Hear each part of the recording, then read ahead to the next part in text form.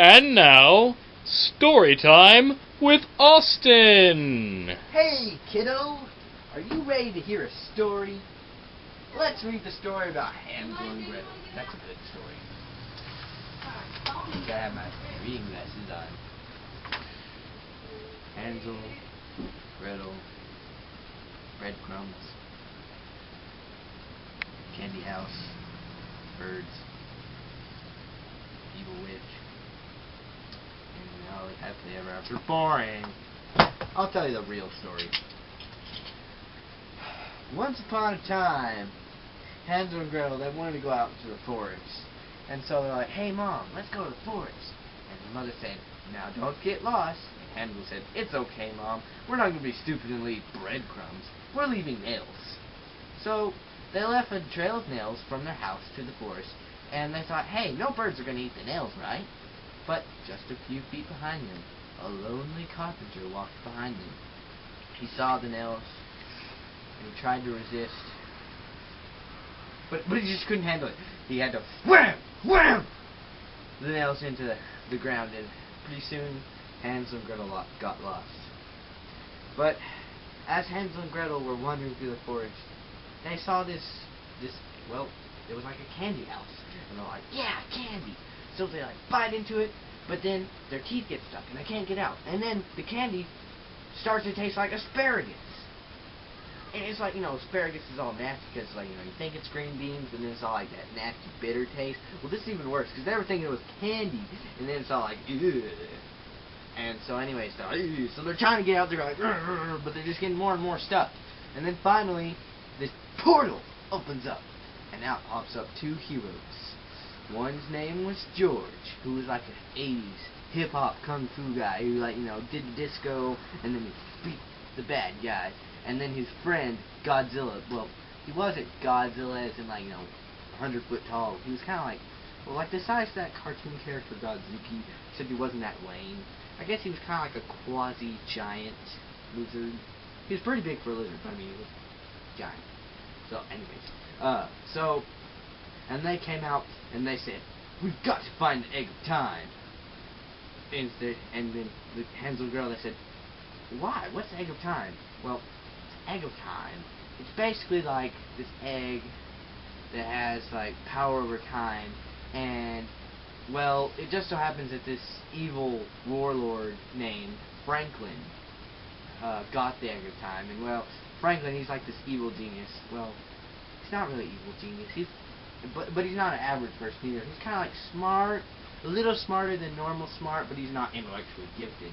So let's just say he's a sharp whippersnapper. Anyway, he's got the egg of time. He stole it, and he knows that if he gets the egg of time and he makes an omelet out of it and adds the potatoes of mass and space and then the sausages of matter, that he can like make an omelet of space, matter, time, spaceness, and he can use it and can just destroy all of France. And I mean, it's really not that bad of an idea to defeat the French. I mean, really, they're kind of lame. I mean, they never bathe, they never shave, and they eat snails. But they think that they're better than all Americans. It's like, oh, we may never bathe, but at least we're better than Americans. Because, I mean, our movies, well, they don't make no sense at all. But at least they're not explosions all the time.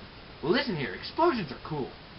Anyways, well, the whole thing about it was that George and what was his name? It was like a Godzilla quasi thing. Anyways, him and George, they really like the Eiffel Tower because it's really cool. It's the only tower that has a really interesting story for its name. It's like the guy who made the Eiffel Tower, he's at the very tip putting on the last part, and like this massive gust of wind hit him, and he started falling, and he said, I fell. And so that's why they call it the Eiffel Tower, but the French with their weird accent call it the Eiffel Tower. Anyways, so the Eiffel Tower, it was gonna, be destroyed, so they said, we've got to stop him.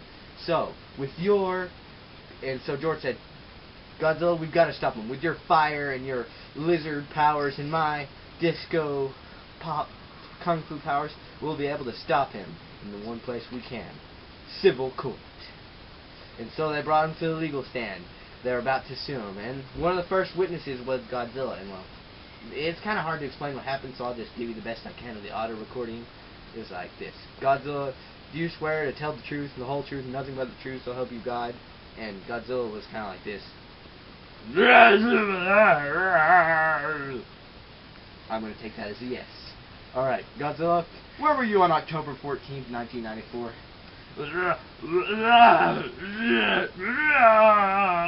You killed 16 people? What kind of monster do you think you are? Just because you're a giant lizard doesn't mean that you can kill people. I mean, maybe you were like Godzilla size, but you're just a quasi-giant lizard, you know, so you can't get away with that many people dying. You know what, Godzilla? We're taking you to court. Wait, we're already in court. Well, ha! And so anyways, the trial kind of turned from Franklin being sued over the omelet to Godzilla being sued over killing various people in his many rampages. And George, he was sitting in the back, and he knew that if he didn't stop something, if he didn't stop Franklin, he was going to win. So he looks over, and he sees this hobbit sitting right next to him. He's like, yeah!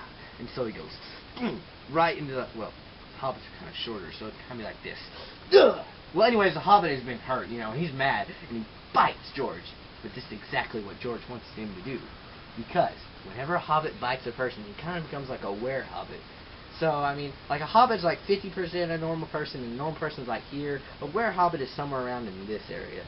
And anyways, and they have all the powers of a hobbit on the Harvest Moon, which it just so happened to be. So George, he got up, and he said, take that, Franklin! And he, bam, with his giant hobbit foot, hits him. And then, all of a sudden, Franklin's all like, oh, and he snaps. And all his friends, his homies with guns, they come out, and they're just going, and Godzilla comes out, he's like, 20 minutes later. and then it was like, boom! And then, George, he was about to hit him, but then, oh, and he got shot in the gut. Oh. And Godzilla, he came over to him, he's like, and George said, I'm sorry I got you into this, Godzilla, or at least kind of Godzilla. I really didn't want to be an adventurer. I wanted to be a health inspector. And Godzilla said, wait, you wanted to be a paralegal? Or a professor of liberal arts at Oxford College? Well, I don't think they take lizards. Okay, so you want to be a paralegal. But anyways, man, you gotta stop Franklin. He's gonna destroy France. But then Franklin, who had just seen it, he said to himself, what have I done? And he said, it's not worth it. Go away, Time Egg. Fly away. And so the Time Egg flew away. And later he became MVP of the Japanese Major League Baseball team. But that's another story. Anyways, Franklin went up to George and he said, George, I'm sorry. Is there anything I could do to earn your forgiveness? And George, in his last moment, he said, there is one way. Could you help me with my underwear?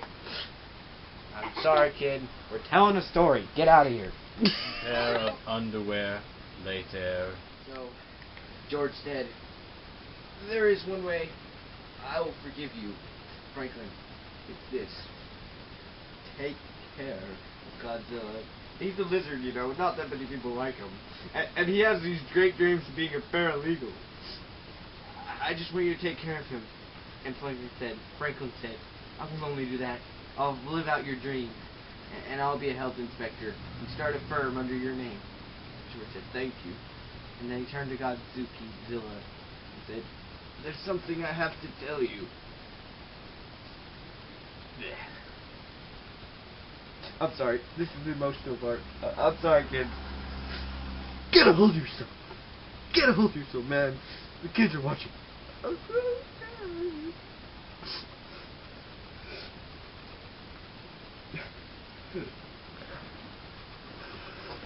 Okay. So, anyways, Franklin and Godzilla, they started a health inspector / paralegal firm. It was quite successful. Godzilla even found a nice iguana, and they had a lovely litter of eggs. And everybody was happy. The end.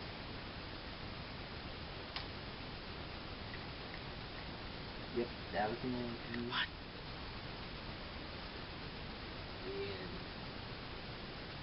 There he is! Get him! How hard is it to get rid of you guys? Ah! Looky! What was that? I'm going to fight them!